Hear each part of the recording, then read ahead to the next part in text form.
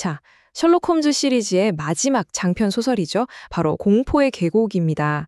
이 작품은요, 홈즈의 그 유명한 숙적 모리아티 교수가 아주 중심에 있는 이야기인데요.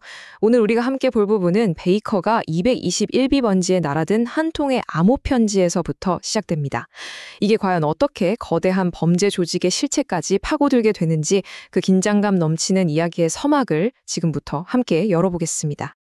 이야기는 늘 그렇듯이 왓슨 박사의 말로 시작되죠. 내 생각으로는 하고 뭔가 말을 꺼내는데 홈즈가 그걸 끝까지 듣지도 않고 툭 잘라버립니다. 나라도 그랬을 걸세 하고요.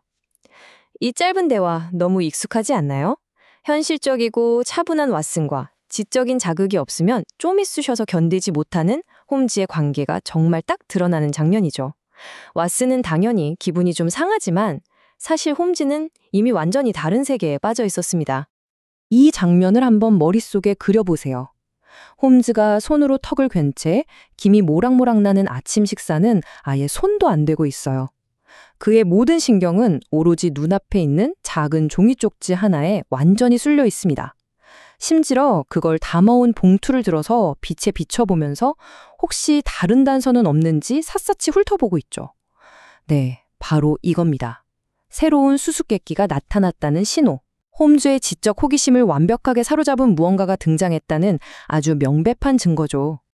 그리고 홈즈는 단번에 그 편지를 보낸 사람을 알아맞힙니다. 포록이라는 인물의 필체를 본 건 고작 2번뿐이었는데도 말이죠. 뭘 보고 알았을까요? 바로 그리스 문자 2를 쓸 때 끝을 살짝 올리는 그 미세한 습관 하나를 보고 확신한 겁니다.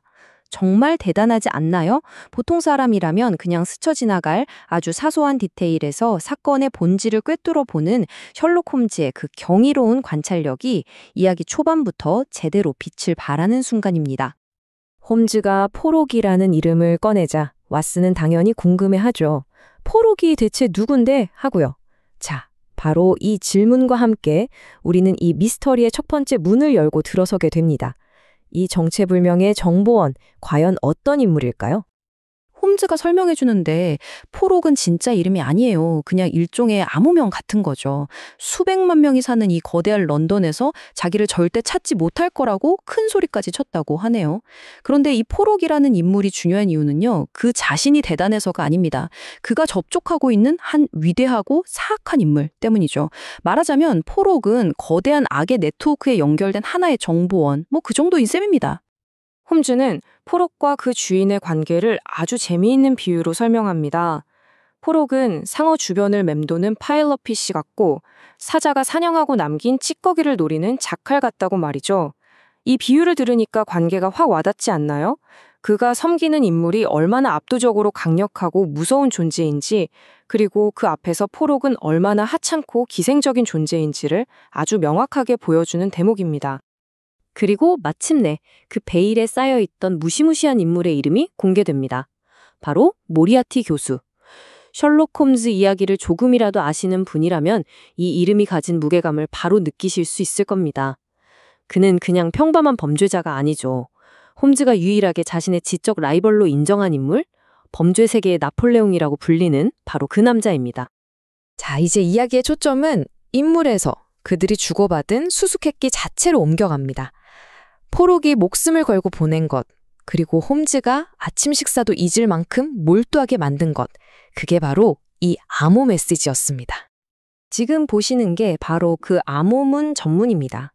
534, C2 이런 숫자들 사이에 더글러스, 벌스톤 같은 이름이 섞여 있죠. 이걸 보시면 어떤 생각이 드세요? 그냥 숫자랑 이름 몇 개가 뒤죽박죽 섞여 있는 것 같잖아요.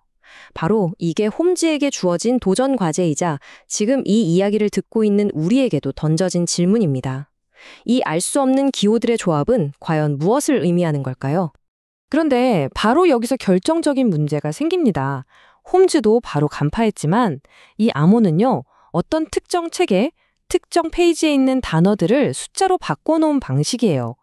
그러니까 그 어떤 책인지, 즉 암호를 푸는 열쇠가 없으면 이건 그냥 숫자의 나열일 뿐 아무 의미도 없는 거죠. 그런데 포록은 정작 제일 중요한 그 열쇠를 보내지 않은 겁니다. 홈즈는 아주 침착하게 말합니다. 포록 같은 인물이 암호문이랑 열쇠를 같은 봉투에 넣는 그런 바보 같은 짓은 안 했을 거야. 다음 우편으로 열쇠가 올 걸세 하고 정확하게 예측하죠. 그리고 정말 그의 말대로 얼마 지나지 않아 두 번째 편지가 도착합니다. 하지만 안타깝게도 이 편지에는 그들이 기다리던 해결책이 들어있지 않았습니다. 편지의 내용은 정말 충격적입니다. 포록이 극도의 공포에 질려서 이 일에서 완전히 손을 떼겠다고 선언하는 내용이었거든요. 여기서 자신의 주인을 그냥 그라고만 부르는데 이게 누구를 가리키는지는 너무나 명백하죠. 바로 모리아티 교수. 그가 자신을 의심하고 있다는 생각만으로도 포록이 얼마나 벌벌 떨고 있는지가 편지 전체에서 느껴집니다. 홈즈는 포록의 공포가 그냥 엄살이 아니라는 증거를 조목조목 짚어냅니다. 편지를 쓰기 전에 봉투에 주소를 적을 때의 필체는 아주 또렷하고 힘이 있었는데 모리아티를 만나고 나서 공포에 질려 쓴 편지 본문은 거의 날아갈 듯 휘갈겨 써서 알아볼 수도 없을 정도였거든요. 이 두 필체의 극명한 차이야말로 눈에 보이지 않는 모리아티 교수의 위협이 얼마나 현실적이고 강력한지를 생생하게 보여주는 증거인 셈이죠. 왓슨은 눈앞에 있는 비밀을 풀 수 없다는 사실에 좌절감을 터뜨립니다. 사실 이게 보통 사람의 당연한 반응이겠죠. 인간의 힘으로는 풀 수 없다. 바로 이 말. 이 순간이야말로 셜록 홈즈가 자신의 진짜 힘, 즉 평범한 인간의 능력을 뛰어넘는 그 비범한 추리력을 발휘할 무대가 완벽하게 차려지는 순간이라고 할 수 있습니다. 바로 여기가 이 이야기의 전환점입니다. 외부의 도움, 그러니까 암호를 푸는 열쇠가 사라져버린 이 절망적인 상황에서 홈즈는 오직 자신의 머리, 자신의 지성에만 의지하기로 결심합니다. 그는 이 문제를 순수한 이성의 영역에 있는 문제로 규정하고 암호문에 숨겨진 희미한 단서들만으로 그 미지의 책을 찾아내겠다는 정말 대담하고도 오만한 도전을 시작하는 거죠. 자, 홈즈의 이 논리적인 추리 과정을 한번 차근차근 따라가 볼까요? 첫째, 534라는 숫자는 딱 봐도 페이지 번호일 가능성이 높죠. 여기서 첫 번째 단서, 이 책은 꽤 두껍다는 사실을 알 수 있습니다. 둘째, C2. 이건 2장, 챕터 2가 아니라 2열, 컬럼 2를 의미할 겁니다. 500페이지가 넘는 책이 고작 2장으로 되어 있을 리는 없으니까요. 그럼 두 번째 단서, 이 책은 2단으로 편집되어 있다는 걸 알 수 있죠. 그리고 마지막으로 가장 중요한 단서, 포록은 왜 책을 보내주지 않았을까요? 그건 바로 홈즈 역시 당연히 다지고 있을 거라고 생각했기 때문입니다. 즉, 이 책은 아주 흔한 책이라는 거죠. 자, 이제 후보들을 하나씩 지워나가는 과정입니다. 왓슨은 성경을 떠올리지만 홈즈는 바로 기각하죠. 판본마다 페이지가 다 다르니까요. 그럼 철도 시간표나 사전은 어떨까요? 이것도 아니라고 합니다. 왜냐하면 그런 책에 있는 단어들만으로는 더글러스에게 곧 위험이 닥칠 것이다와 같은 복잡하고 구체적인 문장을 만들기가 거의 불가능하기 때문이죠. 이렇게 왓슨의 상식적인 추측들은 홈즈의 훨씬 더 치밀하고 날카로운 논리 앞에서 하나씩 무너져 내립니다. 바로 그때 왓슨의 입에서 정답이 툭 튀어나옵니다. 연감. 그 말을 듣자마자 홈즈는 무릎을 탁 치죠. 맞습니다. 바로 그거였어요. 특히 당시 영국 가정집이라면 하나씩은 다 가지고 있던 휘테커 연감. 이 책은 두껍고 2단 편집이고 누구나 가질 법한 아주 흔한 책이라는 모든 조건을 완벽하게 만족시켰습니다. 홈즈는 곧장 서재로 달려가 올해 새로 나온 연감을 꺼내와서 해독을 시작합니다. 그런데 결과가 좀 이상해요. 마라타, 정부, 돼지털. 이게 도대체 무슨 말이죠?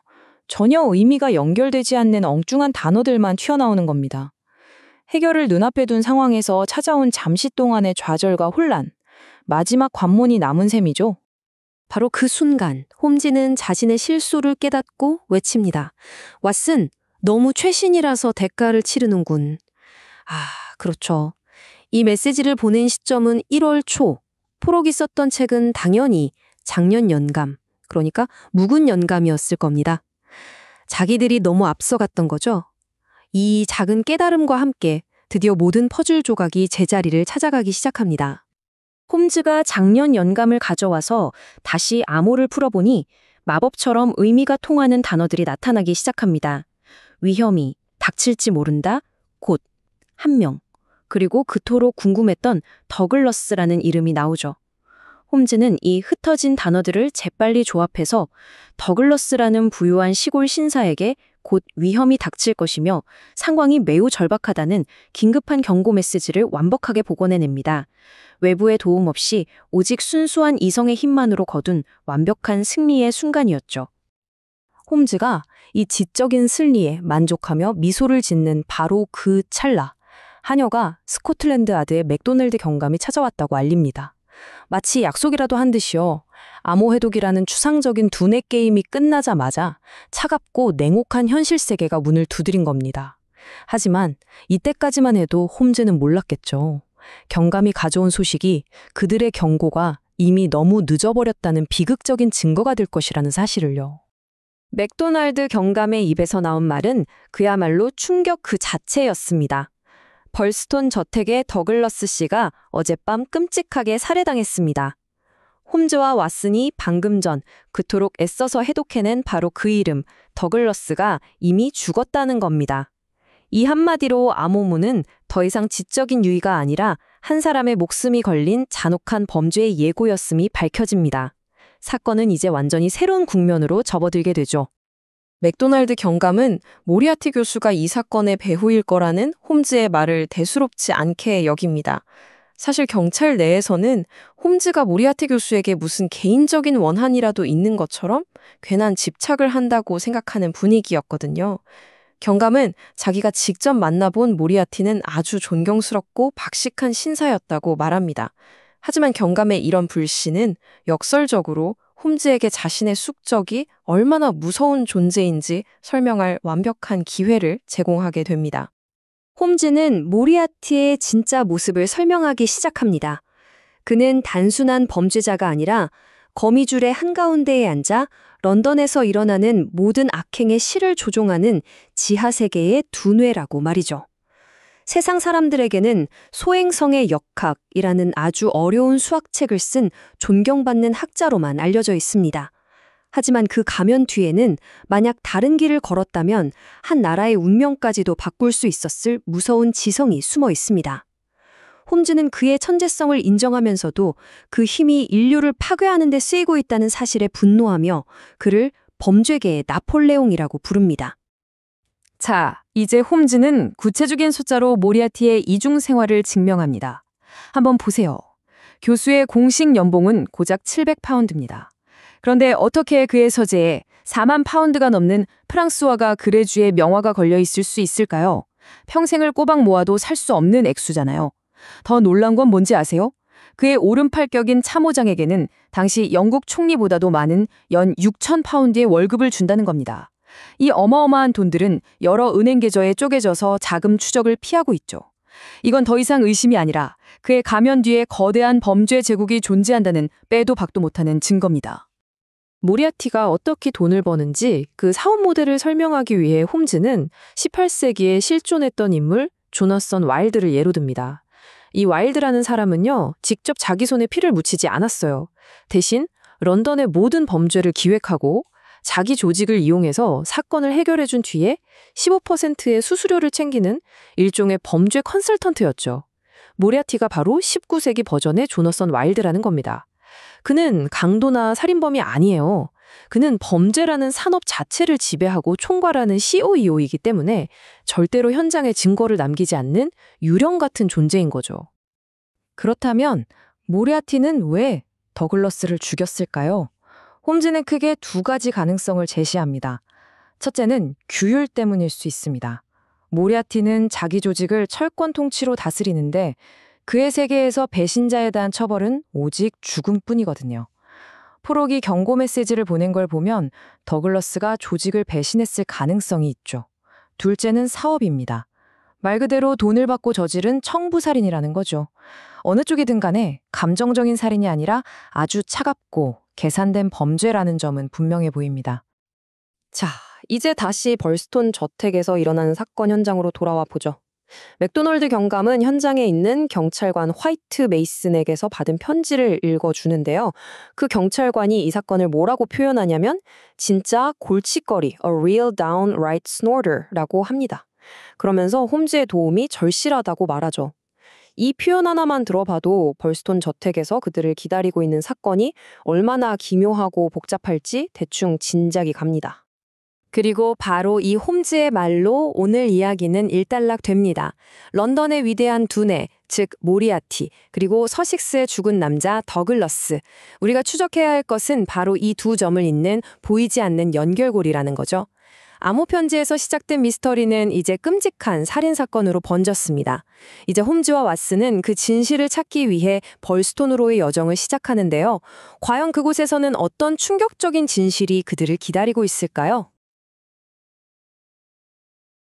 바로 이 한마디. 맥도널드 경감의 충격적인 발표와 함께 우리는 다시 한번 미스터리의 한복판으로 빨려 들어갑니다. 지난 시간에 우리가 머리를 싸매고 풀었던 그 암호 기억나시죠? 더글러스, 그리고 버를스톤. 그저 종이 위에 적힌 이름에 불과했던 것들이 순식간에 차가운 현실이 돼서 베이커가의 아침 공기를 뒤흔들어 놓습니다.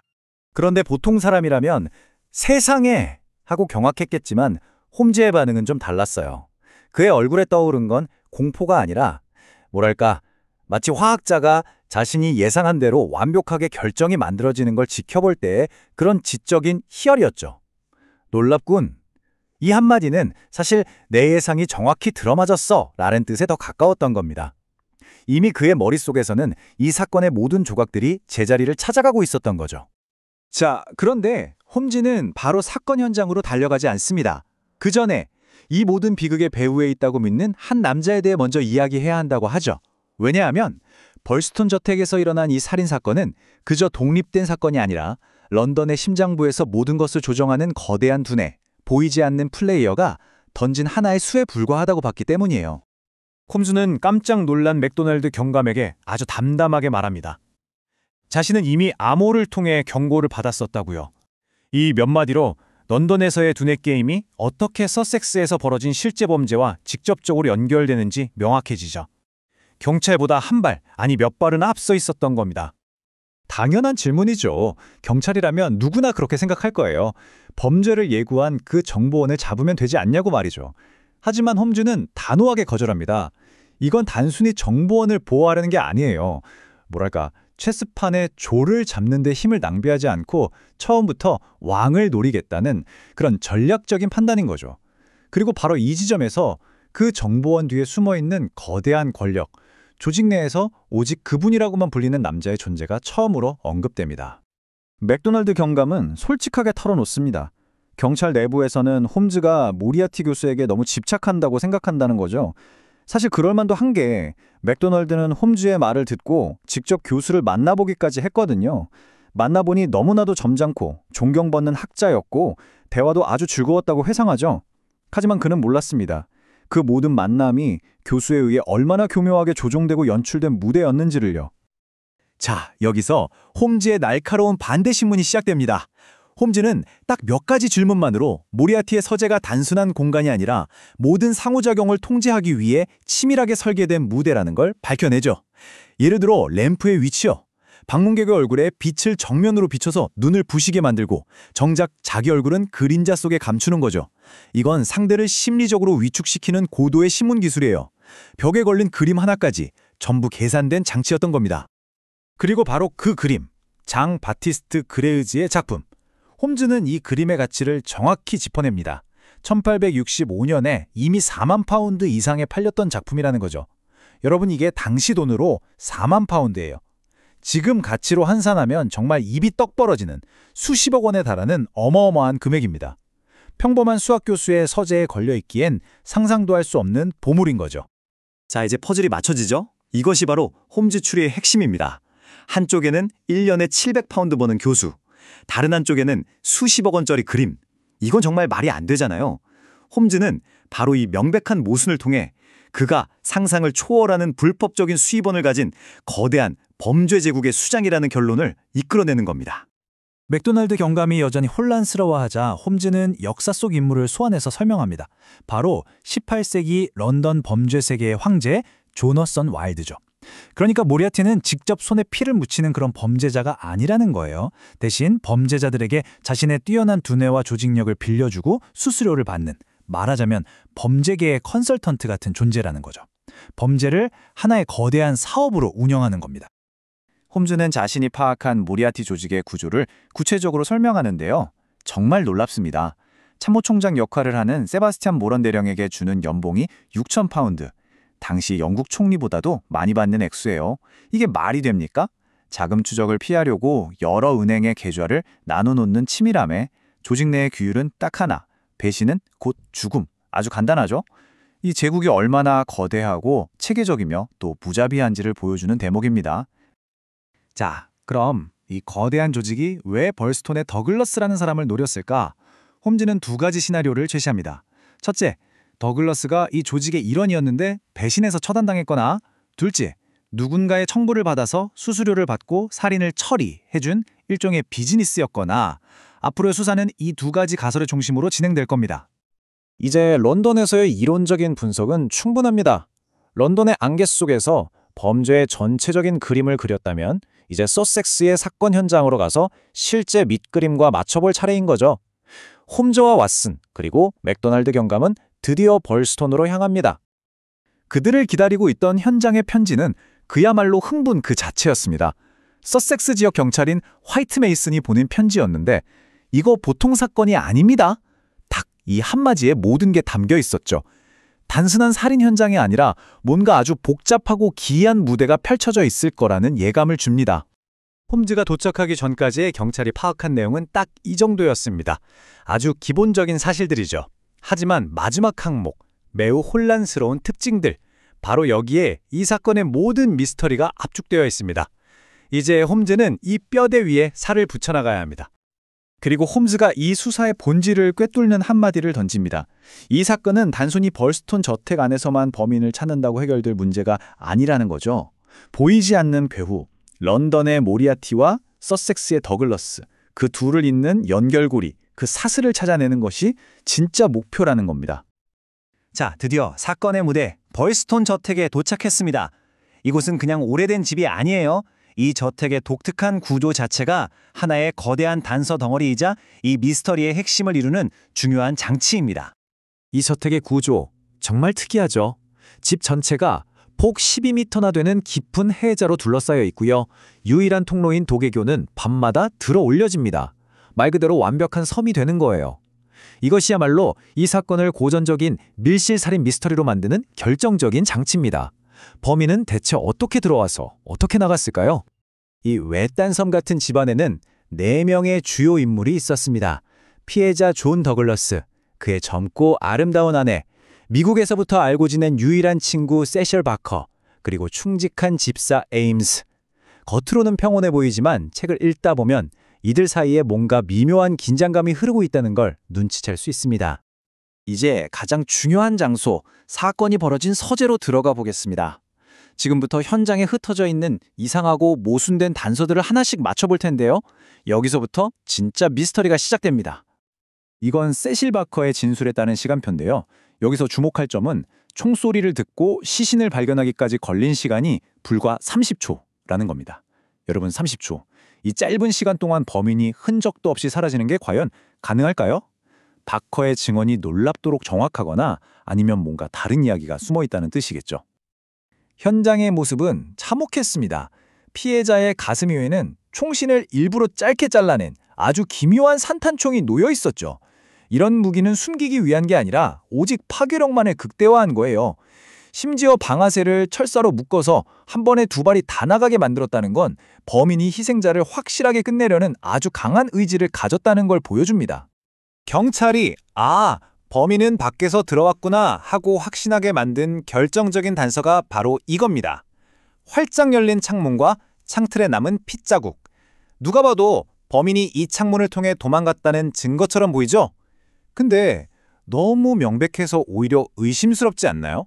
마치 나 일로 나갔어요 라고 일부러 알려주는 것 같기도 하고요. 시신 옆에는 이 미스터리한 카드 한 장이 놓여 있었습니다. 잉크로 휘갈겨 쓴 VV341. 이게 대체 무슨 뜻일까요?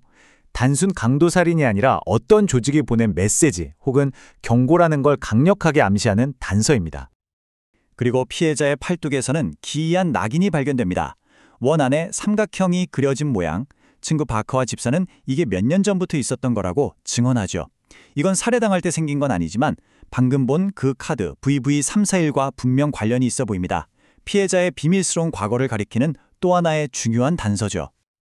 자, 그런데 이 모든 걸 뛰어넘는 정말 이상하고 비논리적인 단서가 등장합니다. 바로 사라진 결혼 반지입니다. 더 이상한 건요, 손가락에 있던 금덩이 반지나 뱀 모양 반지처럼 더 비싸 보이는 다른 반지들은 그대로 있다는 거예요. 오직 그 아래에 있던 평범한 금 결혼 반지만 쏙 빼갔다?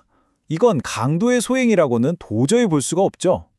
이 행동이 얼마나 말이 안 되는지 순서대로 한번 생각해 보세요. 반지를 훔치려면 일부러 바깥쪽 반지를 먼저 빼고 결혼 반지를 훔친 다음에 다시 그 바깥쪽 반지를 제자리에 끼워 넣는 수고를 해야 합니다. 이건 단순한 절도가 아니에요. 굉장히 상징적인 의미를 담고 있는 누군가에게 무언가를 보여주기 위한 메시지나 의식에 가깝습니다. 자, 이제 이 사건의 가장 근본적인 문제, 핵심적인 모순으로 다시 돌아왔습니다. 바로 불가능한 탈출의 문제입니다. 범인은 어떻게 들어왔고 또 어떻게 나갔을까요? 경찰이 세운 유일하게 그럴듯한 이론은 범인이 미리 집에 숨어 있다가 일을 저지르고 해자를 헤엄쳐서 도망갔다는 겁니다. 근데 하나부터 10까지 말이 안 되죠. 맥도날드 경감도 지적하듯이 조용히 처리해야 할 상황에서 왜 세상에서 제일 시끄러운 산탄총을 썼을까요? 또 아무도 모르게 12m나 되는 해자를 어떻게 건너죠? 이론은 있지만 현실적으로는 불가능에 가깝습니다. 설상가상으로 저택 근처 덤불 속에서 자전거 한 대가 숨겨진 채 발견됩니다. 미스터리가 풀리는 게 아니라 점점 더 꼬여만 가요. 만약 이게 살인자의 것이라면 왜 자신의 유일한 도주수단을 현장에 버려두고 갔을까요? 이것은 사건을 해결할 열쇠가 아니라 혼란을 더하는 또 하나의 모순일 뿐입니다. 결국 우리는 이 거대한 질문 앞에 서게 됩니다. 고립된 섬과 같은 저택, 불가능해 보이는 탈출, 그리고 서로 모순되는 단서들, 배도 없이 심지어 자전거까지 버려둔 살인자는 대체 어떻게 이 완벽한 밀실에서 감쪽같이 사라진 걸까요? 과연 홈즈는 이 불가능의 벽을 어떻게 넘어설지 그 해답은 다음 분석에서 계속해서 파헤쳐 보겠습니다. 죽은 사람 손가락에서 결혼 반지가 빠져 있었다는 거 알고 계시겠죠? 맥도날드 경감의 이 한마디, 이 날카로운 질문으로 벌스톤 저택 살인 사건의 미궁은 더욱더 깊어집니다. 왜 하필 결혼 반지였을까요? 이 작고 기이한 단서 하나가 지금껏 우리가 쌓아올린 모든 추리를 뿌리부터 뒤흔들기 시작합니다. 자, 모든 미스터리의 실마리는 결국 사람의 입에서 나오기 마련이죠. 그날 밤 저택의 두꺼운 벽 안에서 벌어진 일을 목격한 사람들, 그들은 과연 진실을 말하고 있을까요? 우선 이 집의 충직한 집사 에임스의 증언부터 차근차근 들어보시죠. 집사 에임스의 증언은요, 겉으로 보기엔 정말 흠잡을 데가 없습니다. 시간 순서도 정확하고 내용도 아주 명료하죠. 하지만 여러분, 바로 이 완벽함 속에 의심의 씨앗이 숨어 있어요. 첫째, 주인인 더글러스 씨가 사건 당일 유난히 초조하고 불안해 보였다는 점. 그리고 둘째, 이게 정말 이상한데 남편이 서재에서 끔찍하게 살해된 직후 계단을 내려오던 더글러스 부인의 모습이 전혀 동요하는 기색 없이 놀라울 정도로 차분했다는 겁니다. 이거 뭔가 좀 이상하지 않으세요? 다음은 가정부 앨런 부인의 증언입니다. 여기서 우리는 아주 흥미로운, 어쩌면 결정적인 단서를 하나 발견하게 됩니다.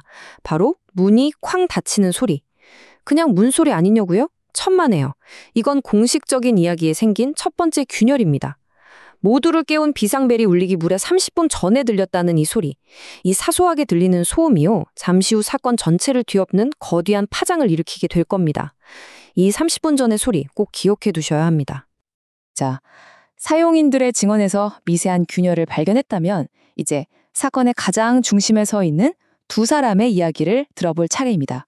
바로 생존자 세실 바커와 더글러스 부인이죠. 그들의 입을 통해 펼쳐지는 이 공포의 계곡 이야기가 어떻게 외부 침입자라는 완벽한 시나리오를 만들어내는지 한번 따라가 보시죠. 세실 바커가 풀어놓는 이야기는 마치 한 편의 스릴러 영화 같습니다. 저 멀리 미국 캘리포니아에서부터 시작된 비밀 조직의 끈질긴 추격, 그리고 그 죽음의 그림자 속에서 하루하루 공포에 떨며 살았던 한 남자. 그의 이야기는 이 끔찍한 살인 사건에 대해서 너무나도 극적이고 또 어떻게 보면 너무나도 편리한 설명을 제공하고 있습니다. 과연 이게 전부 진실일까요? 하지만 집요한 맥도날드 경감은 이 완벽해 보이는 우정의 이면을 파고듭니다. 그리고 마침내 바커의 입에서 충격적인 사실이 터져나오죠. 피해자인 더글러스가 바로 자신의 가장 친한 친구인 바커와 아내의 사이를 병적으로 질투했다는 겁니다.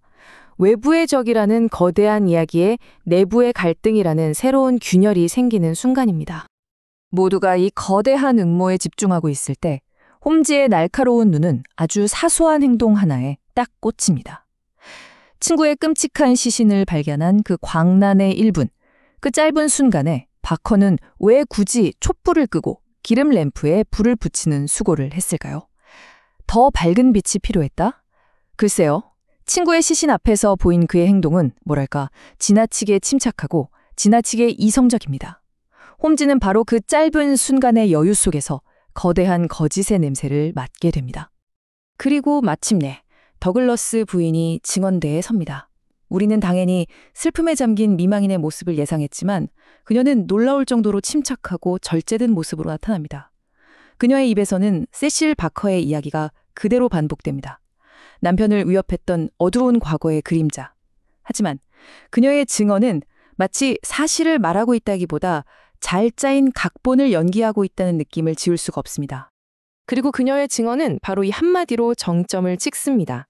남편이 과거의 끔찍한 트라우마를 고백하며 남겼다는 암호 같은 문장. 나는 공포의 계곡에 있었어. 그리고 아직 그곳에서 빠져나오지 못했지. 이 한마디로 이 미스터리는 비로소 공포의 계곡이라는 오싹하고도 강렬한 이름을 얻게 됩니다. 그녀는 마치 준비라도 했다는 듯 퍼즐의 또 다른 조각을 던져줍니다. 남편이 과거에 열병을 앓다가 무의식적으로 내뱉었다는 이름, 지부장 맥긴티. 그녀는 이 이름이 바로 그 공포의 계곡과 관련된 핵심 인물일 거라고 확신하죠. 또 하나의 극적인 단서가 정말 너무나도 시기적절하게 등장하는군요. 자, 이제 외부 침입자라는 공식적인 이야기는 그럴듯하게 완성된 것처럼 보입니다. 하지만 어딘가 영 찜찜하죠. 바로 그때 우리의 충실한 기록자 왓슨 박사가 정말 우연히 정원을 산책하다가 이 모든 거짓의 탑을 송두리째 무너뜨릴 충격적인 장면을 목격하게 됩니다. 깊은 슬픔이 감돌아야 할 저택의 정원. 그 고요함 속을 걷던 왓슨의 귓가에 도저히 그 상황에 어울리지 않는 소리가 들려옵니다. 맑고 경쾌하게 터져나오는 여인의 웃음소리였습니다. 왓슨이 소리가 나는 쪽으로 울타리를 돌자 그곳에는 정말 믿을 수 없는 광경이 펼쳐지고 있었습니다. 바로 더글머스 부인과 세실 바커가 함께 환하게 웃고 있는 모습이었죠. 불과 몇 시간 전 식당에서 보여주었던 슬픔에 잠긴 가면은 온데간데 없고 그 자리엔 안도감, 어쩌면 기쁨에 가까운 감정마저 드러나 있었습니다. 이 한 장면으로 그들이 애써 쌓아올린 모든 이야기는 신뢰를 잃고 와르르 무너져 내립니다. 왓슨을 발견한 순간 웃음은 사라지고 공기는 얼어붙습니다. 그들은 다급하게 묻기 시작하죠. 홈즈가 경찰과 정보를 공유하는지 아니면 독립적으로 행동하는지요. 아니, 만약 그들의 말이 전부 사실이라면 공식적인 수사를 대체 왜 이렇게 두려워하는 걸까요? 그들이 필사적으로 숨기고 있는 것은 과연 무엇일까요? 왓슨으로부터 이 충격적인 소식을 전해 들었을 때 홈즈는 전혀 놀라지 않습니다. 오히려 모든 퍼즐 조각이 딱 맞춰졌다는 듯 만족스러운 표정이죠. 그는 이미 그들의 서툰 연극을 진작에 꿰뚫어보고 있었던 겁니다. 이제 홈즈가 이 거대한 거짓말의 구조를 하나씩 아주 냉철하게 해체하기 시작합니다. 거짓말이야, 왓슨. 이건 크고 요란하고 뻔뻔하며 단호하기 짝이 없는 거짓말이라고. 홈즈는 단언합니다. 이 사건의 본질은 외부 침입자가 아니라 저택 내부의 거대한 음모라는 것을요. 이제 수사의 방향은 완전히 바뀝니다. 누가 죽였는가가 아니라 왜 그들이 이토록 필사적으로 거짓말을 하고 있는가. 그들이 숨기려는 진실은 과연 무엇인가. 바로 이게 핵심입니다. 홈즈의 반격은 첫 번째 구체적인 증거와 함께 시작됩니다. 외부 침입자의 유일한 흔적이라고 여겨졌던 창턱의 빗자국, 홈즈는 그것이 살인자의 핏자국이 아님을 증명해 보입니다. 놀랍게도 그 자국은 바로 세실 바커가 신고 있던 피 묻은 실내화 자국과 정확하게 일치했습니다. 이것은 실수가 아닙니다. 명백히 의도적으로 조작된 증거였던 거죠. 이어서 홈즈는 사건의 시간표를 완전히 새롭습니다. 혹시 기억나시나요? 앨런 부인이 들었다던 문 쾅 닫히는 소리. 홈즈는 바로 그 소리가 산탄총의 총성이었고 실제 살인 시각은 11시 반이 아니라 10시 45분이었다고 결론 내립니다. 이는 바커와 더글러스 부인에게 비상벨을 울리기 전까지 무려 30분이라는 황금 같은 시간을 벌어주었습니다. 범죄 현장을 자신들에게 유리하게 조작할 수 있는 아주 충분한 시간이었죠. 홈즈가 이렇게 내부 공모라는 충격적인 진실을 향해 한 걸음씩 나아가고 있을 때 맥도날드 경감이 승리에 찬 얼굴로 돌아옵니다. 그의 손에는 홈즈의 이론을 정면으로 반박하는 듯한 전혀 다른 방향의 증거가 들려 있었습니다. 이제 두 개의 상반된 수사가 정면으로 충돌하게 됩니다. 드디어 경찰이 용의자를 특정했습니다. 현장에 버려진 자전거를 추적해서 하그레이브라는 이름의 미국인까지 도달한 겁니다. 인상착해까지 모두 확보된 이 의문의 자전거 여행자, 이제 영국 전역에 수배령이 내려집니다. 이로써 세실 바커와 더글러스 부인이 말했던 외부의 적 이야기가 사실로 증명되는 것처럼 보입니다. 보시는 것처럼 수사는 이제 완전히 두 갈래로 나뉘게 됐습니다. 맥도날드 경감의 경찰은 영국 전역을 무대로 유령 같은 자전거 여행자를 쫓습니다. 반면에 셜록 홈즈는 그 모든 소동을 뒤로하고 진짜 답은 바로 이 저택 안에, 바로 그 서재 안에 있다고 확신하며 홀로 어둠 속으로 들어갑니다. 서재로 들어가기 전 홈즈는 왓슨에게 정말 수수께끼 같은 말을 남깁니다. 이 모든 복잡하게 얽힌 사건의 진실이 단 하나의 사라진 물건에 달려있다고 말이죠. 총도 칼도 아닌 바로 사라진 아령 하나의 말입니다. 그리고 마침내 서재에서 홀로 밤을 보낸 홈즈가 돌아옵니다. 하지만 그의 입에서 나온 것은 사건의 명쾌한 해답이 아닌 섬뜩하고도 기이하기 짝이 없는 질문이었습니다. 왓슨, 자네 혹시 정신이상자, 그러니까 뇌가 녹아내려서 정신줄을 완전히 놓아버린 바보와 한 방에서 잘 수 있겠나? 그가 발견한 진실은 대체 얼마나 충격적이기에 스스로를 광인에 빗대는 걸까요? 이제 우리는 이 거대한 미스터리의 한복판에 남겨졌습니다. 증인들은 모두 거짓말을 하고 있고 경찰은 잊지도 않은 유령을 쫓고 있죠. 그렇다면 홈즈는 그 어둡고 고요한 서재에서 홀로 무엇을 발견한 것일까요? 공식적인 이야기는 산산조각 났지만 홈즈가 마주한 진실은 어쩌면 그보다 훨씬 더 불가능하고 상상조차 할 수 없는 것일지도 모릅니다. 그 충격적인 진실은 다음 이야기에서 밝혀집니다. 벌스톤 저택의 고요를 깨뜨렸던 의문의 총성. 지난 시간에 우리는 굳게 닫힌 성 안에서 벌어진 이 미스터리의 문을 열었죠. 자, 이제부터는 셜록 홈즈와 함께 수많은 거짓과 모순으로 뒤덮인 사건의 심장부로 더 깊이 들어가 보겠습니다. 이 사건의 핵심은 바로 불가능성에 있어요. 한번 생각해 보세요. 해자로 완벽하게 둘러싸여 있고 유일한 통로인 도계교마저 올라가 있는 말 그대로 철옹성 같은 곳입니다. 그런데 그 안에서 한 남자가 끔찍한 모습으로 살해당했어요. 외부인의 침입 자체가 불가능한 이 완벽한 밀실에서 대체 누가 어떻게 이런 짓을 저지를 수 있었을까요? 셜록 홈즈와 왓슨 박사, 그리고 스코틀랜드 야드의 유능한 형사 맥도널드 경감이 서식스로 향합니다. 그곳에서 사건을 맡고 있는 현지 형사 화이트 메이슨을 만나죠. 그리고 마침내 온갖 모순으로 가득한 범죄 현장으로 첫 발을 내딛게 됩니다. 자, 홈즈가 도착하기 전에 현지 경찰이 뭘 찾아냈는지 한번 볼까요? 망치, 산탄총, 진흙 발자국, 하나같이 범인의 존재를 암시하는 것 같죠? 특히 저 산탄총은 좀 보세요. 총신을 잘라내고 방화쇠까지 묶어놨어요. 정말 잔인한 무기죠? 그런데 여기서 홈즈의 비범함이 처음으로 드러납니다. 총에 희미하게 남은 P-E-N 이 세 글자만 보고 이게 펜실베이니아 소형 화기 회사 제품이라는 걸 단번에 알아맞히는 거예요. 그의 방대한 지식이 사건의 첫 단추를 꿰는 순간입니다. 사건은 시작부터 딱 두 갈래길로 나뉩니다. 외부에서 온 암살자가 저지른 짓이다. 아니다. 이건 전부 저택 안에서 꾸며낸 정교한 연극이다.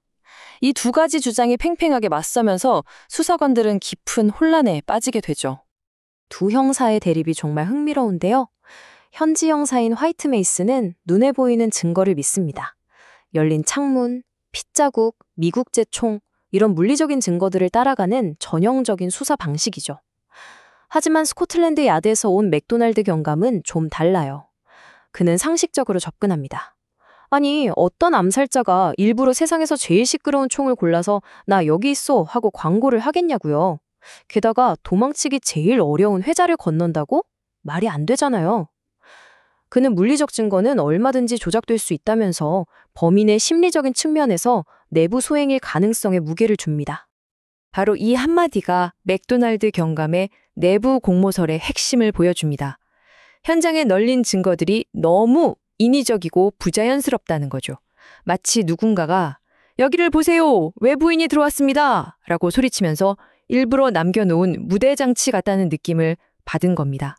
상식에 기반한 이 의심이야말로 사건의 겉모습을 꿰뚫고 본질로 향하는 첫걸음이었어요. 홈즈는 어느 한쪽 이론에 섣불리 기대지 않습니다. 늘 그렇듯이 자기만의 방식으로 경찰의 가설이 세워진 그 토대부터 검증하기 시작하죠. 직접 해자 깊이를 재보고 범인이 기어 나왔다는 선반을 샅샅이 뒤져보지만 아무 흔적도 발견하지 못해요. 홈즈의 방식은 언제나 똑같습니다. 추측하기 전에 관찰하고 남의 말을 믿기 전에 직접 확인하는 것. 그는 경찰의 추리가 세워진 전제 조건들부터 하나씩 아주 차분하게 의심하고 있었던 겁니다. 자, 경찰이 내놓은 공식 이론은 이렇게 하나의 완결된 이야기처럼 보입니다. 침입, 잠복, 살해, 그리고 탈출. 진흙 발자국부터 열린 창문까지 현장에서 발견된 모든 단서를 아우르는 꽤 그럴듯한 재구성이에요. 하지만 이 완벽해 보이는 시나리오에 과연 틈은 없을까요? 이야기가 너무 매끄럽다는 것 자체가 오히려 의심스럽지 않으세요? 역시나 홈즈는 경찰의 이론에 만족하지 않아요. 그는 이 완벽해 보이는 이야기가 오히려 진실을 가리기 위한 장치일 수 있다고 직감한 거죠. 그의 이 짤막한 한마디는 사실상 이제부터 내가 이 잘 짜인 각본을 해체하고 무대 뒤에 숨겨진 진짜 드라마를 찾아 나서겠다는 선언과도 같습니다. 자, 이제 홈즈는 수사 방향을 180도 확 틀어버립니다. 흩어져 있는 물리적 증거에서 눈을 떼고 살아있는 증거, 바로 저택 안의 사람들에게로 시선을 옮기는 거죠. 그는 진실의 열쇠가 사물이 아니라 사람들의 기억과 거짓말 속에 숨어 있다고 확신했기 때문입니다. 증인들의 입에서 사건의 균열이 드러나기 시작합니다. 집사는 총소리를 못 들었고 친구 바커는 외부 침입자설을 강력하게 주장하죠. 더글러스 부인은 비극적인 상황인데도 놀랍도록 침착하게 남편의 비밀스러운 과거를 이야기해요. 하지만 이 모든 증언을 뒤흔드는 결정적인 한마디가 가정부 앨런 부인에게서 나옵니다. 그녀는 경보가 울리기 무려 30분 전에 총성으로 추정되는 소리를 들었다고 증언하거든요. 바로 이 30분, 이 비어있는 시간이야말로 사건의 모든 가정을 무너뜨리는 열쇠입니다. 더글러스 부인이 전한 남편의 이 말은 이 사건의 배경에 단순한 원한 관계를 넘어선 거대하고 어두운 과거가 있다는 걸 암시하죠. 공포의 계곡이라 과연 그곳은 실제 지명일까요? 아니면 끔찍했던 경험에 대한 은유일까요? 더글러스는 왜 영국까지 도망쳐 와서도 그 공포에서 벗어나지 못했던 걸까요? 이 한마디가 미스터리를 한층 더 깊게 만듭니다. 미스터리는 꼬리에 꼬리를 물고 이어집니다. 더글러스 부인은 남편이 과거 열병을 앓을 때 분노와 공포에 차서 보디마스터 맥긴티라는 이름을 계속 되뇌었다고 증언하죠. 공포의 계곡, 그리고 보디마스터 맥긴티, 이 두 개의 단서는 마치 암호처럼 더글러스가 필사적으로 숨기려 했던 과거의 비밀을 가리키고 있습니다. 이제 수사의 스포트라이트는 더글러스의 가장 친한 친구 세실 바커에게로 향합니다. 그런데 이 사람 증언이 온통 모순투성이에요. 사라진 결혼 반지에 대해 물으면 당황하고 시신을 발견한 뒤에 왜 촛불을 끄고 램프를 켰냐고 물으니 납득이 안 가는 변명만 늘어놓죠. 그리고 결정적으로 범인의 장화가 아니라 자기 침실 슬리퍼가 핏자국을 남겼다고 주장합니다. 이건 과연 어설픈 거짓말일까요? 아니면 무언가를 암시하는 교묘한 단서일까요? 바로 이 지점에서 홈즈가 결정적인 한 수를 둡니다. 그는 바커에게 사건이 일어난 그날 밤에 신었던 바로 그 슬리퍼를 가져와 달라고 요청합니다. 바커의 증언이 사실인지 아니면 경찰을 속이기 위한 연극인지 판가름 날 결정적인 순간이 다가온 거죠. 결과는 그야말로 충격적이었습니다.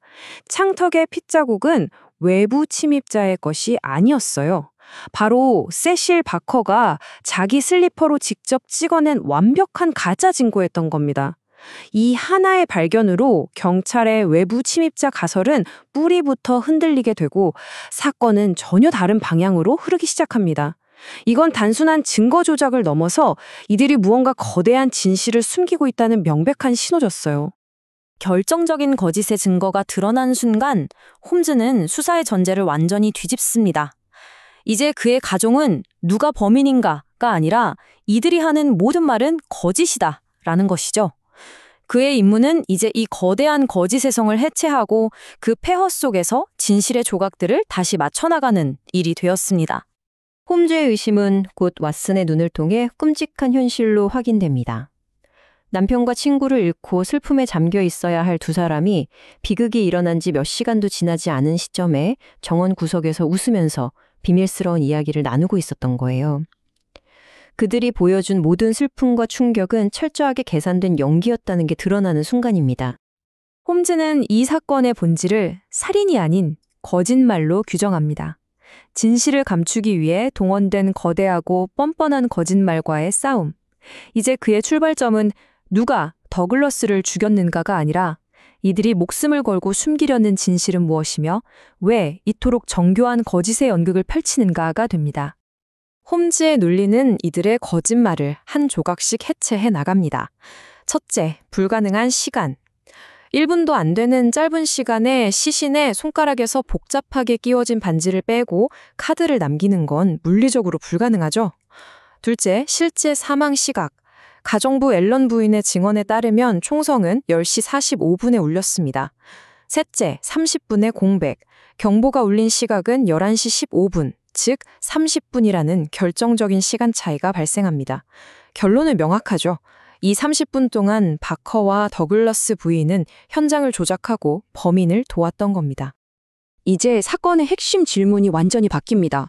범인이 누구인지를 묻는 대신 우리는 이제 그 사라진 30분 동안 무슨 일이 있었는지, 그리고 더글러스 부인과 바커는 어째서 살인범을 보호하면서까지 진실을 숨기려 하는지를 물어야 합니다. 미스터리의 무게중심이 살인 그 자체에서 그들이 필사적으로 숨기려는 비밀로 옮겨간 거죠. 모두가 두 사람의 관계나 그들의 과거에 집중할 때 홈즈의 날카로운 시선은 전혀 예상치 못한 곳에 꽂힙니다. 바로 서재에서 사라진 아령 한 짝. 다른 사람들에게는 그저 사소하고 괴상한 발견일 뿐이지만 홈즈는 이 작은 불일치 속에 거대한 거짓을 무너뜨릴 진실이 담겨 있다고 확신합니다. 아니, 왜 하필 아령일까요? 홈즈가 내부 공모라는 진실의 윤곽을 거의 다 그려냈을 무렵 경찰은 사건을 원점으로 되돌릴 만한 결정적인 돌파구를 찾아냅니다. 마치 홈즈의 추리를 비웃기라도 하듯 외부 침입자의 존재를 입증하는 강력한 증거가 나타난 거예요. 경찰의 수사가 마침내 결실을 맺는 것처럼 보입니다. 버려진 자전거의 주인이 하그레이브라는 미국인으로 밝혀졌고 그의 행적은 의심스럽기 짝이 없죠. 산탄총을 숨길 만한 가방, 사건 당일의 실종, 이 모든 구체적인 증거들은 화이트 메이슨의 외부 침입자 설에 강력한 힘을 실어주면서 홈즈의 이론을 위협합니다. 경찰은 호텔 직원들의 증언을 토대로 용의자의 이름과 국적뿐만 아니라 아주 상세한 인상착의까지 확보합니다. 이제 그들에게는 실체가 분명한 용의자가 생긴 거고 전국적인 수배망을 펼치죠. 사건 해결은 그야말로 시간 문제처럼 보였습니다. 바로 이때 홈즈가 모두의 허를 찌르는 한마디를 툭 던집니다. 용의자 하그레이브의 인상착의가 희생자 존 더글러스와 놀라울 정도로 똑같다는 거예요. 키, 나이, 머리색과 콧수염까지. 이게 과연 기묘한 우연일까요? 아니면 살인범과 희생자 사이에 우리가 상상조차 할 수 없는 충격적인 비밀이 숨겨져 있다는 암시일까요? 홈즈의 기묘한 지적에도 불구하고 공식 수사팀의 사기는 하늘을 찌릅니다. 그들에게는 이제 명확한 용의자가 생겼고 그의 행적과 동기를 설명하는 완벽한 시나리오도 완성됐으니까요. 이제 남은 건 이 유령 같은 자전거 탑승자를 체포하는 것뿐이라고 그들은 굳게 믿고 있었습니다. 하지만 서재에서 홀로 밤샘 사색을 마친 홈즈는 전혀 다른 결론에 도달해 있었습니다. 경찰이 승리의 축발을 들 준비를 하는 동안 그는 이 모든 추적이 거대한 신기루 위에 세워진 모래성이라는 걸 간파했죠. 그리고 이제 동료들에게 충격적인 경고를 전하려 합니다. 홈즈의 침묵과는 대조적으로 전국은 노란 코트의 남자를 찾기 위한 수색으로 들끓습니다. 신문은 연일 특종을 보도하고 곳곳에서 무고한 사람들이 용의자로 체포되죠. 이 소란스러운 경찰의 활동과 서재에 앉아 진실의 마지막 조각을 맞추고 있는 홈즈의 고요한 확신이 극명한 대조를 이룹니다. 마침내 홈즈는 승리를 확신하는 동료 형사들에게 폭탄을 던집니다. 그들의 모든 수사가 헛수고이며 완전히 잘못된 길로 가고 있다는 선언이죠. 이 조언은 그들의 노력과 성과를 정면으로 부정하는 것이었기에 맥도날드와 화이트 메이스는 분노와 충격에 휩싸입니다. 경찰이 쫓는 유령은 실체가 없다는 홈즈의 경고, 명백한 용의자를 눈앞에 두고 왜 그는 모든 수사가 헛수고라고 단언했을까요? 그리고 이 모든 거짓과 진실의 한가운데 뜬금없이 놓여있던 사라진 아령은 대체 어떤 충격적인 진실을 품고 있는 걸까요? 마침내 모든 조각이 맞춰질 마지막 분석에서 그 해답이 공개됩니다. 자, 이제 벌스톤 저택 살인사건 그 마지막 장으로 들어가 보겠습니다. 여기서는 셜록 홈즈의 날카로운 논리와 경찰이 찾아낸 아주 구체적인 증거가 정면으로 부딪히게 되는데요. 이 충돌 속에서 우리는 이게 단순한 살인사건이 아니라는 걸, 그 뒤에 훨씬 더 거대한 음모가 숨어 있다는 걸 알게 되죠. 과연 그 진실은 어디 있을까요? 제가 냉정하고 무정한 사람이라고 생각하실까 두렵군요. 더글라스 부인이 한 말인데요. 참 아이러니하죠? 왜냐하면 바로 다음 순간 왓슨이 목격한 장면 때문에 이 말이 완전히 다른 의미로 들리게 되거든요. 어쩌면 그녀의 그 깊은 슬픔이 전부 다 연기였을지도 모른다는 그런 충격적인 장면을 왓슨이 보게 됩니다. 상상해보세요. 끔찍한 비극이 일어난 저택의 정원입니다. 당연히 고요하고 슬픔에 잠겨 있어야 할 그곳에서 왓슨이 정말 믿을 수 없는 광경을 보게 됩니다. 바로 몇 시간 전에 남편을 잃은 더글라스 부인, 그리고 그의 가장 친한 친구인 세실 바커. 이 두 사람이 슬퍼하기는커녕 서로를 보면서 웃고 있었던 거예요. 은밀하게 미소를 나누고 있었죠. 아니, 대체 그 웃음은 무슨 의미였을까요? 자, 그러다 왓슨을 딱 발견하니까 두 사람 표정이 순식간에 싹 바뀝니다. 언제 웃었냐는 듯이 다시 슬픔에 잠긴 얼굴, 그 가면을 쓰는 거죠. 그리고는 왓슨에게 다가와서 아주 절박하게 그리고 되게 구체적인 걸 물어봐요. 그게 뭐냐면 바로 셜록 홈즈에 대한 거였습니다. 홈즈라는 사람은 독립적으로 수사하나요? 아니면 자기가 알아낸 걸 전부 경찰하고 공유해야만 하나요? 이런 걸 묻는 거예요. 정말 이상하죠? 왓슨은 홈즈는 정의에 충실하지만 자기 방식대로 일하는 사람이라고 좀 애매하게 대답해주고 자리를 뜹니다. 근데 뒤에서 두 사람이 그 대답을 가지고 막 토론하는 걸 보면서 확신하죠. 아, 이 사람들 뭔가를 숨기고 있구나. 자신들의 거짓말이 들통날까 봐 저렇게 홈즈의 수사 방식을 캐묻는 거구나 하고 말이죠. 자, 이제 홈즈가 공식적인 이야기를 어떻게 해체하는지 한번 보시죠. 거대하고도 단호한 거짓말입니다. 왓슨이 돌아와서 정원에서 봤던 그 충격적인 장면에 대해 막 흥분해서 이야기하는데 홈즈는 눈썹 하나 까딱하네요. 왜냐고요? 그는 이미 알고 있었던 겁니다. 사건 현장에 널려있던 그 수많은 모순점들만 보고도 이 사건 전체가 거대한 거짓말 위에 세워진 성이라는 걸 간파했던 거죠. 그러니까 왓슨이 본 건 홈즈에게는 그저 마지막 퍼즐 조각을 맞춰준 것뿐이었어요.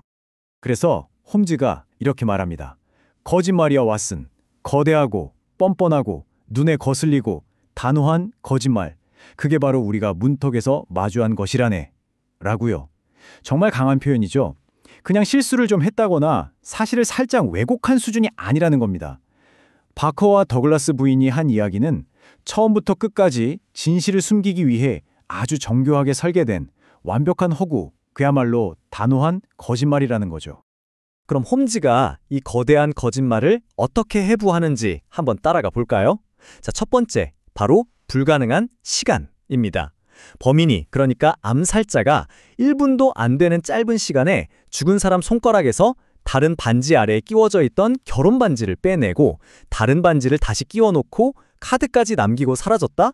이건 물리적으로 불가능하다는 거예요. 두 번째, 의도적인 단서입니다. 창턱에 남아있던 피 자국 있죠? 그게 놀랍게도 세실 바커 본인의 슬리퍼 자국하고 완벽하게 일치했어요. 이건 뭐죠? 그렇죠. 범인이 창문으로 도망친 것처럼 보이려고 일부러 자기가 직접 찍어놓은 가짜 단서라는 겁니다. 그리고 마지막, 가장 결정적인 거, 진짜 사망 시각입니다. 집사였던 앨런 부인이 총성으로 들리는 큰 소리를 들었던 건 밤 10시 45분경이었어요. 그런데 경보가 울리고 신고가 들어온 건 11시 15분. 정확히 30분의 차이가 있죠. 바로 이 사라진 30분. 이 시간 동안 바커와 더글라스 부인은 대체 뭘 하고 있었던 걸까요? 이게 이 사건의 핵심 질문이 되는 겁니다. 모든 게 거짓으로 드러난 이 상황에서 홈즈의 시선은 정말 아무도 예상치 못한 곳으로 향합니다. 다른 사람들은 그냥 지나쳤던 아주 사소한 단서, 바로 서재에 덩그러니 놓여있던 아령 하나. 운동 좋아하는 사람이 아령을 왜 하나만 쓸까요? 이상하잖아요. 홈즈는 바로 이 지점, 이 사라진 나머지 아령 하나가 이 미스터리 전체를 푸는 열쇠라고 확신하게 됩니다. 홈즈는 답답해하며 왓슨에게 이렇게 말하죠. 맙소사 왓슨, 이 사건이 사라진 아령에 달려있다는 사실을 아직도 간파하지 못했단 말인가? 라고요. 왓슨조차도 아령 하나 없어진 게 모골이 대수라고 이렇게 생각했을 거예요. 하지만 홈즈에게 이건 그냥 없어진 물건이 아니에요. 모든 것이 거짓말로 떡칠된 이 사건 현장에서 유일하게 조작되지 않은 진실의 조각인 셈이죠. 모든 거짓말을 무너뜨릴 수 있는 이 사건의 구조 전체를 떠받치는 중심축, 바로 이 작은 불일치 속에 모든 해답이 숨어 있었던 겁니다. 자, 사냥꾼과 사냥감. 이건 공식 수사팀이 돌파구를 찾았다는 이야기입니다. 홈즈가 이렇게 아령이니 사라진 30분이니 하면서 논리의 세계에 깊이 빠져 있을 때 현실 세계의 수사팀, 그러니까 경찰들이 아주 흥분해서 돌아옵니다. 자기들이야말로 이 사건을 끝낼 수 있는 결정적인 증거를 손에 넣었다고 확신하면서 말이죠. 경찰들은 바로 그 현장에 버려져 있던 자전거의 행적을 끈질기게 추적했어요. 그리고 알아냈죠. 이틀 전에 하그레이브라는 이름을 쓰는 미국인 남자가 턴브리지 웰스라는 곳의 한 호텔에 자전거랑 작은 가방 하나 들고 투숙했다는 사실을요. 그리고 범행 당일 아침밥 먹고 자전거를 타고 떠났는데 그 뒤로 총적이 묘연해진 겁니다. 그리고 그 저녁 10마일 떨어진 벌스온 저택에서 더글라스가 살해당했죠. 오늘 맥도날드 경감은 현장의 자전거가 바로 그 하그레이브의 것이라는 걸 확인했고요. 이제 경찰의 머릿속 그림은 아주 명확해졌습니다. 외부에서 온 암살자의 소행이다. 이렇게요. 경찰은 이제 용의자의 프로필까지 확보했습니다. 이름은 하그레이브로 등록되어 있고 미국인입니다. 외모는 키가 한 175cm 정도에 나이는 50세가량, 희끗희끗한 머리에 콧수염, 그리고 아주 사나운 인상이었다고 해요. 복장은 두꺼운 회색 정장에 노란색 오버코트, 가지고 있던 건 런던에서 만든 여행 가방 하나랑 자전거 지도 정도. 신분을 증명할 만한 건 하나도 없었어요. 의도적으로 정체를 숨긴 거죠. 그리고 그 잘린 샷건, 바로 그 범행 도구도 이 남자의 가방에 충분히 들어갈 만한 크기였습니다. 자, 이렇게까지 증거가 모이니까 경찰의 이론은 아주 명백해집니다. 맥도날드 경감은 이 모든 걸 바탕으로 외부에서 온 암살자가 아주 치밀하게 살인을 계획하고 실행했다는 누가 들어도 논리적이고 설득력 있는 이론을 세우게 되죠. 맥도날드 경감이 재구성한 범행 과정은 이렇습니다. 먼저 이 하그레이브라는 남자는 오직 살인을 저지를 목적으로 이 지역에 왔다. 자전거를 타고 벌스돈 저택 근처까지 와서 자전거를 숨기고 더글라스를 기다렸다. 마침 도개교가 내려간 틈을 타서 저녁 6시 이전에 집 안으로 몰래 들어가 서재에 숨었다. 그리고 무려 5시간이 넘게 꼼짝 않고 기다린 겁니다. 마침내 더글라스가 서재에 들어오자 그를 쏴 죽이고 창문을 통해 해자를 건너 탈출했다. 그리고 자전거는 일부러 단서로 남겨두고 걸어서 도망갔다. 어떠세요? 모든 조각이 딱딱 들어맞는 정말 의심할 여지 없이 완벽한 이야기처럼 들리지 않나요? 자, 이제부터가 진짜입니다. 두 개의 이론이 정면으로 충돌하게 되죠. 바로 홈즈의 논리와 경찰의 증거입니다. 홈즈는 맥도널드 경감의 그 완벽해 보이는 설명을 정말 끈기 있게 다 듣고 난 후에 그 모든 증거를 완전히 다른 시각으로 해석한 자신만의 이론을 내놓습니다. 그야말로 지성과 지성의 대결이 시작되는 순간이죠. 두 이론이 얼마나 다른지 한번 비교해 볼까요? 맥도널드의 사건, 즉 경찰의 이론은 외부인이 범인이라는 거죠. 살인 시각은 경보가 울린 밤 11시 15분, 범인은 자전거를 타고 온 하그레이브, 그리고 창문과 해자를 통해 탈출했고 바커와 더글라스 부인은 그냥 목격자일 뿐입니다. 반면에 홈즈의 이론은 정반대예요.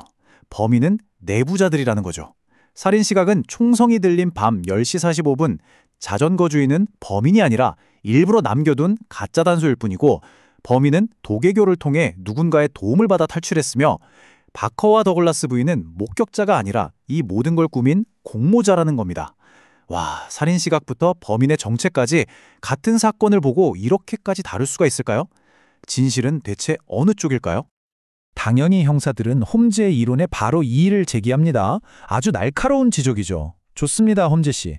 당신 말대로 내부자들이 꾸민 짓이라고 칩시다. 그런데 더글라스 부인은 미국에 가본 적도 없는데 대체 왜, 무슨 이유로 생판남인 미국인 암살자를 보호하기 위해서 자기 인생 모든 걸 걸고 이런 위험한 거짓말을 하겠냐고요. 이거 정말 그럴듯한 반박이죠. 홈즈의 이론에 있는 아주 명백한 약점처럼 보입니다. 홈즈도 이 지적을 듣고는 솔직하게 인정합니다. 어려움이 있다는 건 솔직히 인정합니다. 그래서 오늘 밤 저 혼자서 작은 조사를 좀 해볼 생각입니다. 라고요. 자신의 이론에 약점이 있다는 걸 인정하고 그 해답을 찾기 위해서 범행이 일어났던 바로 그 서재에서 혼자 밤을 보내겠다고 선언하는 겁니다. 그리고 그날 밤늦게 서재에서 돌아온 홈즈의 모습은 어딘가 좀 이상했어요. 평소와 달랐죠. 그러더니 왓슨에게 정말 섬뜩하고 기이한 질문을 하나 던집니다. 왓슨, 정신 이상자와 같은 방에서 자는 게 두렵나? 라고요. 대체 홈즈는 그 어두운 서재에서 혼자 뭘 보고 뭘 깨달았던 걸까요? 자, 이제 홈즈의 충격적인 도박이 시작됩니다. 사건을 포기하라. 다음 날 아침이 되었어요. 경찰은 여전히 전국 각지에서 쏟아지는 노란 코트 입은 남자를 봤다는 온갖 거짓 제보에 시달리면서 허우적대고 있었죠. 바로 그때 홈즈가 모두를 불러 모으고는 지금껏 중에 가장 놀라운 말을 합니다. 그 사이에 영국 전역에서 노란 코트를 입은 남자를 봤다라는 목격담이 14건 이상 경찰에 보고됩니다. 하지만 전부 다 가짜였어요. 헛수고였죠. 공식적인 수사는 완전히 벽에 부딪힌 겁니다. 경찰은 잊지도 않은 유령을 쫓고 있었던 거고 이건 결국 홈즈의 예상이 정확했다는 걸 증명하는 셈이었습니다. 그리고 바로 이 상황에서 홈즈가 그 유명한 폭탄 선언을 합니다. 당신들에게 드릴 내 조언은 세 단어로 요약됩니다. 이 사건을 포기하시오. 라고요. 정말 충격적이죠? 지금 당신들이 하고 있는 이 수사, 이 방향은 완전히 틀렸고 아무리 해봐야 희망이 없다는 겁니다. 하지만 그러면서도 진실 자체를 포기하라는 게 아니라 진실에 도달할 다른 길이 있다는 걸 암시하죠. 경찰들이 어리둥절해서 아니 어떻게 그런 결론에 도달했냐고 묻자 홈즈는 자신의 해답이 순수한 논리에서만 나온 게 아니라고 말해요. 그러면서 게니우스 로키라는 라틴어 표현을 씁니다. 이게 뭐냐면 장소의 영혼이라는 뜻이에요. 그러니까 그 범죄 현장인 서재에서 혼자 밤을 새우면서 그 장소가 품고 있는 영혼, 그 분위기와 교감해서 통찰력을 얻었다는 거죠. 물론 홈즈 특유의 좀 연극적인 표현이긴 합니다만 이게 보여주는 건 명확해요. 홈즈는 차가운 이성뿐만 아니라 그 장소가 말해주는 직관, 분위기 같은 것들을 통해서도 진실을 꿰뚫어 본다는 겁니다. 그리고는 마지막 단서에 대해 아주 암호처럼 툭 던집니다. 자기가 그 저택의 역사에 대한 오래된 소책자를 하나 읽었다고요. 이게 무슨 뜻일까요? 바로 이 사건의 해결책이 범인의 동기나 알리바이가 아니라 이 오래된 저택의 건축 구조, 그 자체에 숨겨져 있다는 걸 암시하는 겁니다. 홈즈는 어둠 속에서 홀로 무엇을 발견했을까요? 그리고 왜 진실은 때로 거짓보다 더 위험할까요? 이제 모든 조각이 맞춰졌습니다. 사라진 30분의 미스터리, 조작된 단서들의 정체, 그리고 그 사라진 아령의 진짜 용도까지. 홈즈는 이 모든 퍼즐을 다 풀었어요. 하지만 그가 밝혀낸 진실은요, 그냥 누가 누구를 죽였다 하는 단순한 살인사건의 결말이 아니었습니다. 그 뒤에는 수십 년에 걸쳐 이어진 거대한 비밀 조직의 그림자와 그로부터 살아남기 위한 한 남자의 처절한 투쟁이 숨어 있었죠. 그리고 이 이야기의 끝에서 우리는 어쩌면 진실을 밝히는 것보다 거짓 속에 머무는 게 더 안전할 수도 있다는 아주 씁쓸한 질문과 마주하게 될 겁니다.